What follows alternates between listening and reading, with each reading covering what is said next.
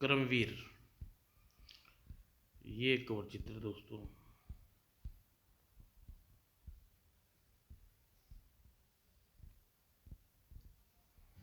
महेंद्रगढ़ के राजा प्रताप सिंह बहुत ही न्यायप्रिय तथा दयालु थे। उनके राज्य में प्रजा बहुत सुखी थी और राजा भी अपनी प्रजा से बहुत सुख दुख का बहुत ख्याल रखते थे। परंतु राजा प्रताप सिंह स्वयं उदास रहते थे। एक दिन महामंत्री राजा को अधिक उदास देखकर सलाह दी कि वह शिकार खेलने जाएं। राजा शिकार खेलने गए पर उनका शिकार खेलने के लिए मन नहीं लगा। तब वे एकांत में एक पेड़ के नीचे लेट गए और गुजरते हुए एक साधु ने जब राजा को जंगल में बेसुध सोच में पड़े देखा तो सोच में पड़ गए। लगता है कोई राजा है यहाँ इस प्रकार से क्यों लेटे हुए हैं। पूछना चाहिए, शायद मैं इसकी कोई मदद कर सकूं। और साधु साधु महाराज जब राजा के पास गए, उठिए उठिए महाराज।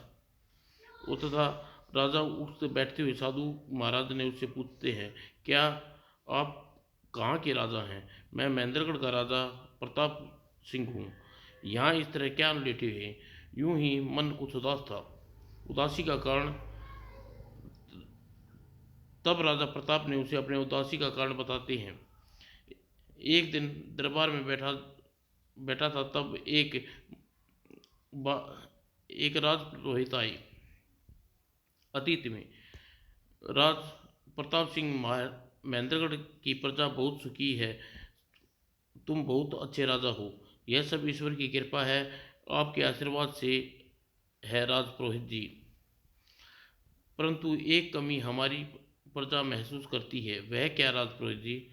प्रताप सिंह, जब आप प्रजा प्रजा अपनी महारानी के इंतजार में है, ताकि जैसा कुल चलाने वाला राजा चाहिए।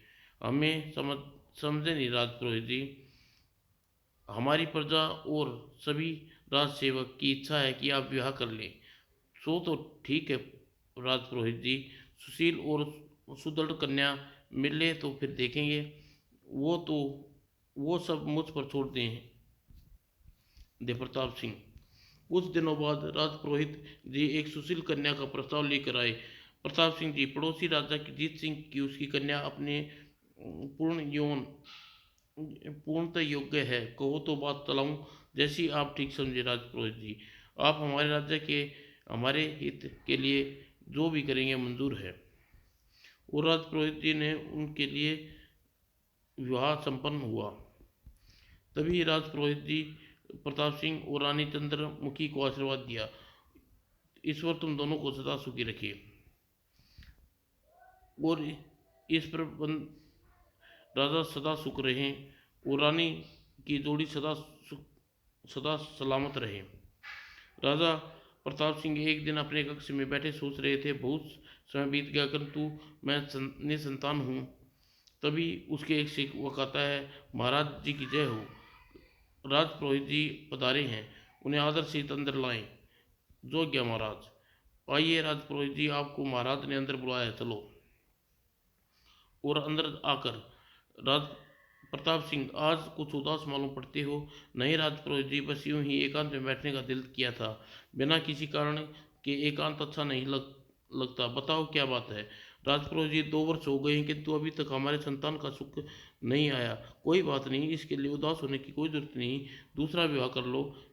क्या क्या कहते हो राजपुरोहित जी। हाँ, मैं ठीक कह रहा हूँ। तुम राजा हो, कुल चलाने के लिए संतान जरूरी है। हमें समर्थ समय नहीं गंवाना चाहिए। प्रताप सिंह, मेरी बात को मानो और दूसरा ब्याह कर लो, जैसा आप कहें तुरंत। परंतु परंतु पर, क्या प्रताप सिंह, यही कि रानी चंद्रमुखी तो तो भी तो दुख होगा। इसमें दुख की क्या बात है। मैं चाहता हूँ कि उनसे इस पर सलाह लेना अति आवश्यक है। और अभी बात ही चल रही थी कि रानी चंद्रमुखी पहुंच गई। राजा प्रताप और राजपुरोहित की बातें सुनकर वो बोली, राजपुरोहित जी ठीक कहती है महाराज। मुझसे मुझसे इसमें खुशी ही होगी। क्या आप यही चाहती हैं। हाँ महाराज, प्रजा का वारिस मुझे अपनी खुशी चाहिए। तुम मान हो रानी। यह तो मेरा फर्ज है महाराज। और कुछ ही दिनों बाद राजा पुरोहित जी का दूसरा विवाह विवाह हो जाता है और अपने कक्ष में नई रानी के साथ बातें कर रहे होते हैं। मैं सौभाग्यवती हूँ जो आपने मुझे वर के रूप में मिले, आपकी इच्छा पूर्ण करूँगी। हाँ रानी, मैंने संतान प्राप्ति के लिए ही विवाह किया है। किंतु राजा प्रताप सिंह की दूसरे विवाह से भी पूरी नहीं हुई। परंतु राजपुरोहित जी पीछे हटने वाले नहीं थे। उन्होंने राजा प्रताप को हर बार संतान की लालसा में विवाह कराते रहे और इस तरह 6 विवाह संपन्न हो चुके थे। 7वें विवाह की बात चलकर राजा प्रताप सिंह कक्ष में बैठे सोच विचार रहे थे। अगर यह 7वें विवाह के बाद भी संतान न हुई तो लगता है कि पहली रानी के लिए मनुष्य हो, जिससे महल में कदम पड़ने से आज तक हम संतान न हो। तब राजा ने मन ही मन निश्चय किया कि रानी और महामंत्री को बुलाया। आज्ञा महाराज। महामंत्री जी, आप महारानी को महल से दूर नदी किनारे वाली हवेली में पहुंचा दो। और महारानी महामंत्री ने रानी चंद्रमुखी को महल किनारे दूर हवेली में छोड़ाया। रानी दुख तो होता है, परंतु राजा की खुशी के लिए वह दुख झेलने के लिए तैयार थी। इसलिए वह अकेली अपने कक्ष में सोच रही थी, मेरे महल में रहने से राजा को सुख मिलता है तो यहाँ भी खुशी हूँ। और इस तरह राजा 7वां विवाह संपन्न हो जाता है। परंतु शायद राजा प्रताप के साथ न तो अतः 7वें विवाह के बाद भी राजा को संतान का सुख प्राप्त नहीं हुआ। राजा उदास रहने लगे। मेरे बाद नाम लेने कोई नहीं होगा। राजा ने अत्यधिक उदास देख महामंत्री को शिकार पर जाने के लिए उत्साहित करने लगे। महामंत्री जी, आप भी शिकार पर जाएं, आपको शायद दिल बहल जाए। महामंत्री जी, इन झूठी तसल्लियों से मन कैसे बहलेगा। पर महामंत्री राजा को शिकार पर जाने के लिए राजी कर लेते हैं तब। परंतु मैं अकेला शिकार पर जाऊंगा, मेरे साथ कोई नहीं जाएगा। जो आज्ञा महाराज। और वर्तमान में यही है मेरे दुख का कारण है महाराज। कोई बात नहीं, दुखी मत हो दुख नहीं रहेगा। वो कैसे महात्मा जी? अभी तुम्हें उपाय बताता हूँ। मैं जैसा कहूँ वैसे ही करना। जो आज्ञा महाराज। हाँ, यह कार्य तुम्हें स्वयं करना होगा। ठीक है महाराज। और संतान के लिए तुम्हें दुख को उठाना पड़ेगा। मैं बड़े से बड़ा दुख सहन कर सकने को तैयार हूँ। मुझे कृपा कर महाराज जल्दी बताइए कि मुझे क्या करना होगा। तो सुनो। जंगल के बीच बने एक छोटा सा पुराना मंदिर है। उसके बराबर में आम का वृक्ष है। सिर्फ एक ही कच्चा आम लगा होगा। उस आम की चटनी बनाकर तुम सातों रानी को खिला देना। तब सातों को एक एक राजकुमार जन्म देगा। और अतः संतान का सुख मुख देखने तुम कोड शुरू हो जाएगा। किंतु जैसे तैसे राजकुमार बड़े होंगे, कोड बढ़ता जाएगा और उन एक राजकुमार को कोड की दवा ढूंढ कर लाएगा और तुम्हारा कोड जाता रहेगा। किंतु उन राजकुमारों में से कौन सा जो मेरी दवा लाएगा, यह तुम्हें स्वयं वक्त आने पर पता लगेगा। और राजा प्रताप सिंह साधु महात्मा को धन्यवाद कर घने जंगल में आम के पेड़ की तलाश में चल दिए। उन्हें नया उत्साह था। अब मैं भी बाप बन सकूंगा। और संतान पाने की खुशी में के सारे जंगल के बीच में पहुंचा। वह रहा मंदिर, उसके पास आम का पेड़ है।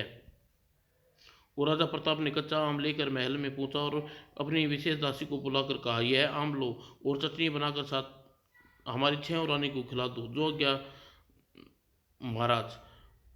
राजा पहली रानी जिसे बाहर निकाला था उसे चटनी देना नहीं चाहता था, क्योंकि वह डरता था कि इस आम का असर नहीं हो। परंतु रानी चंद्रमुखी ने आम की चटनी मत देना परंतु रानी चंद्रमुखी को आम की चटनी मत देना। जो आज्ञा महाराज। और दासी आम की चटनी बना ली और 6 रानी को चटनी बांट दी। जब वह सिल धोने लगी तो उसने सोचा, थोड़ी सी सिल चटनी है, इसे धोकर जो पानी होगा वह रानी चंद्रमुखी को पिला दूं। या दासी ने राजा का डर था, परंतु चंद्रमुखी को भी चाहती थी। अपने जान की परवाह न करते हुए निश्चय किया, यह चटनी और पानी मैं चंद्रमुखी को जरूर पिलाऊंगी। इस प्रकार सातों रानी की चटनी खिला देने के के बाद उपयुक्त समय देख साधु को एक एक राजकुमार को जन्म दिया। बच्चों को जन्म देने के बाद साधु महात्मा के मुताबिक राजकुमार राजा के शरीर पर कोढ़ के दाग पड़ने लगे, किंतु राजा ने सोचा कम से कम अपनी संतान का सुख मुख तो देख कर जो होगा आगे देखा जाएगा। और महल में रहने वाली 6 रानियों के पुत्र काले हुए परंतु हवेली में रहने वाली रानी चंद्रमुखी का पुत्र सुंदर जन्म लिया। यह राजा को मालूम ही नहीं थी, और राजा कोढ़ होने के बाद रानी को पता थी। अतः वक्त बीतता गया, राजा को कोढ़ बढ़ता गया, वह राजकुमार बड़े होने लगे। राजा ने 6 राजकुमार को बुलाया। पिताजी, आपने हमें बुलाया, आज्ञा कीजिए। तुम सब में से जो भी मेरे कोढ़ की दवा लाएगा उसको मैं राजगद्दी पर बिठाऊंगा। और 6 रानी के पिता की आज्ञा लेकर दवाई खोजने निकल पड़े। रास्ते में उन्हें एक बुढ़िया दिखाई दी। उनमें से एक राजकुमार ने कहा, क्यों इस बुढ़िया से दवाई के बारे में पूछे? हाँ, यह ठीक रहेगा। दरअसल वह एक जादूगरनी थी। जो राजकुमारों को बुढ़िया के पास पहुंचे तब, तुम सब घन घोर जंगल में क्यों आए हो? हमारे पिताजी के लिए दवाई लेने आए हैं। क्या हुआ तुम्हारे पिताजी को? उन्हें कोढ़ हो गया है। तब जादूगरनी अपने जाल में फंसा लेती है और राजकुमार को तब जादूगरनी बोलती है, मैं तुम्हारे पिता के लिए कोढ़ की दवा दे दूंगी, आओ मेरे साथ। और राजकुमारी बुढ़िया के पीछे चल पड़ते हैं। तुम में से एक शर्त जीतनी होगी। वो कौन सी शर्त है बूढ़ी अम्मा? घर चलो, बताती हूँ। ठीक है। जब बूढ़ी घर पर पहुंचे तब, यह खंबा, इस खंबे में तुम बुलवा सकते हो? क्यों नहीं अम्मा, खंबा कभी नहीं बोलता। मेरी यही शर्त है, अगर तुम इस खंबे को बुला दो तो मैं तुम्हें मेरा गुलाम बनकर रहना होगा। हमें मंजूर है। तभी राजकुमार अपने अपने मन में सोचते हैं, भला खंबा कहीं बोलता है? मुझे तो यह बुढ़िया पागल लगती है, कहीं कोई जादूगरनी तो नहीं। और जादूगरनी खंबे से बोलती है, संभला बोल पड़ता है। हम बुढ़िया बोलती है, अब तुम सब शर्त हार गए हो, आज तो तुम मेरे गुलाम हो। 6 राजकुमार बुढ़िया को कैद कर लेती है और उनके मुकुट अपने कमरे में टांग देती है। ये तो बड़ी आसानी से फंस गए। और जब राजा प्रताप सिंह को चिंता होती है कि राजकुमार दवाई की खोज में निकले, 1 साल बीत चुका है।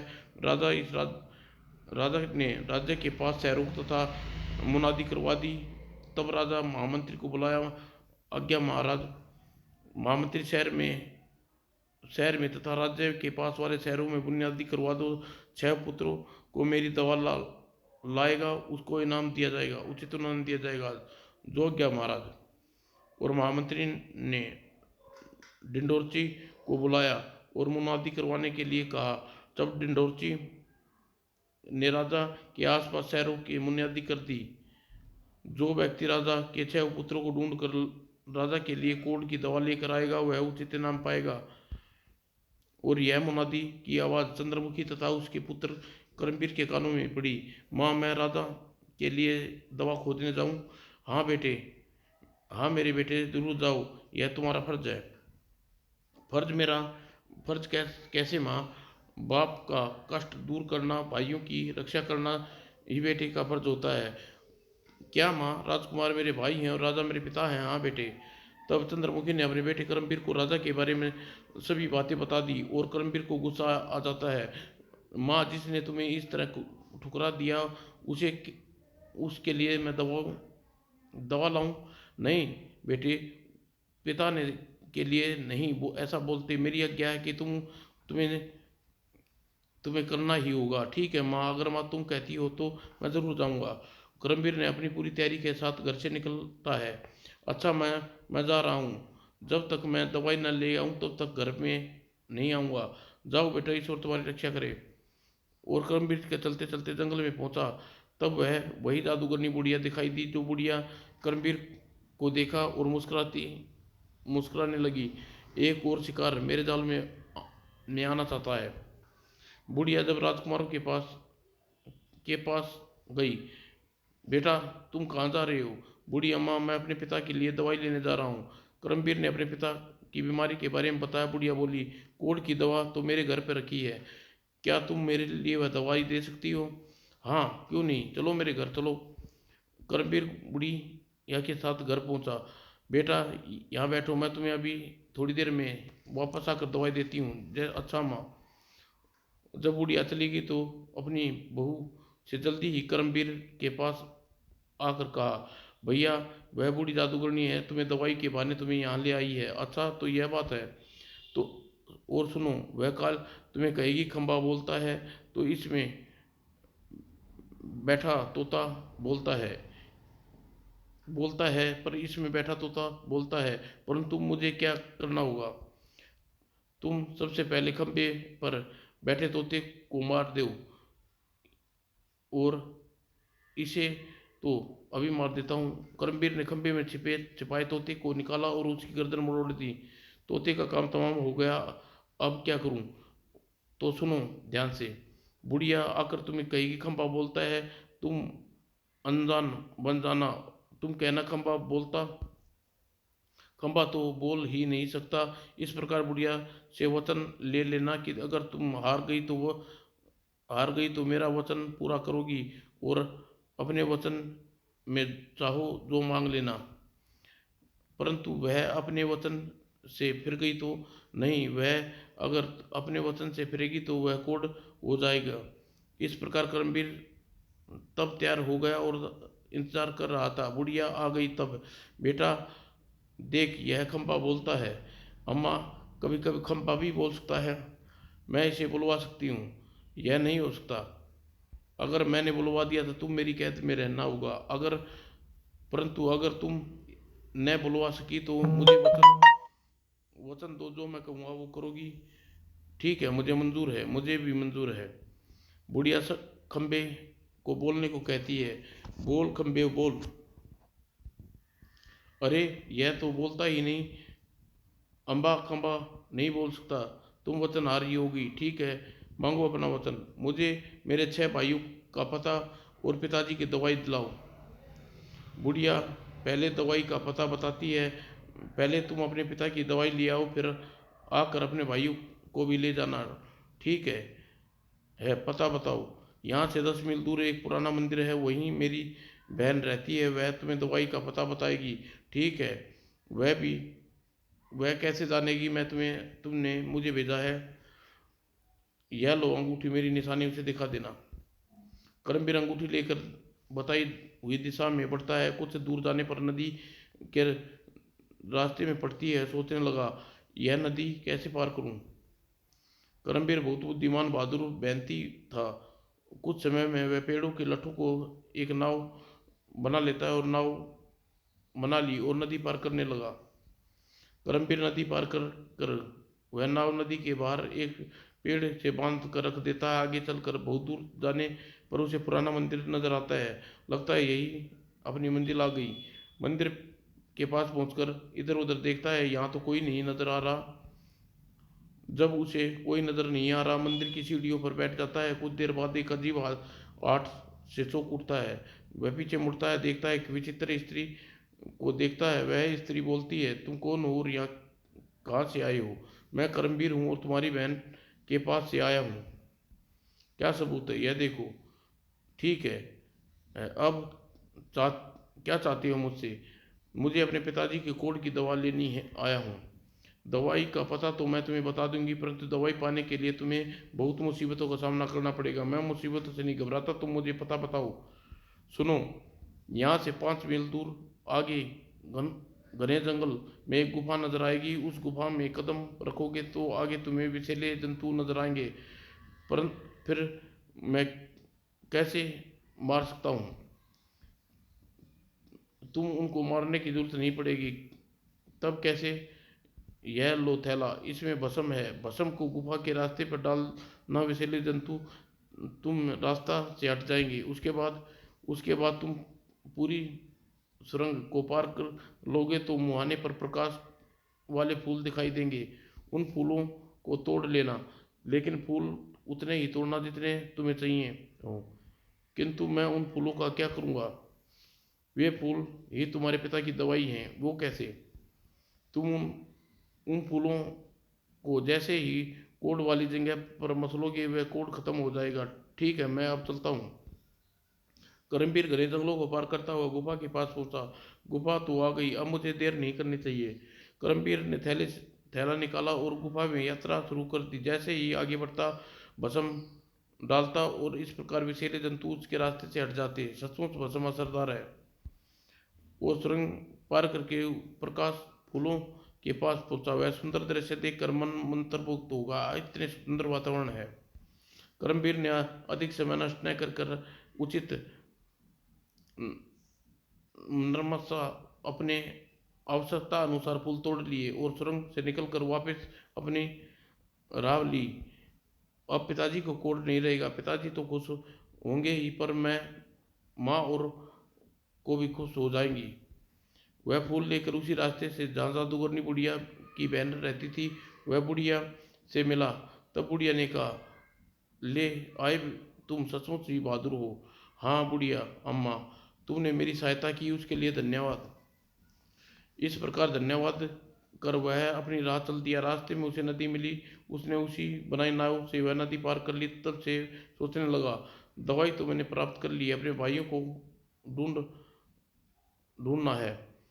और यही सोच वह बुढ़िया जादूगरनी के पास पहुंचा। बुढ़िया अम्मा, दवा तो ले आया, अब तुम मेरे भाइयों का पता बताओ। तुम्हारे भाई मेरी कैद में हैं। तुम्हारी कैद में? हाँ, देखो उनके मुकुट। तो फिर उन्हें निकालो अपनी कैद से, मेरे भाइयों को।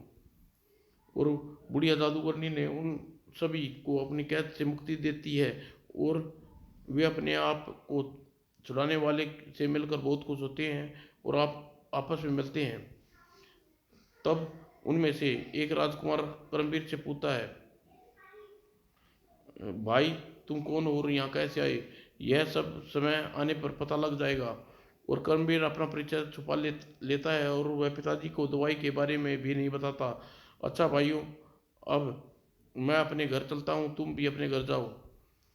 वो छह राजकुमार जब महल पहुंचते हैं तो राजा प्रताप सिंह कोर्ट देखकर बहुत दुखी हुए।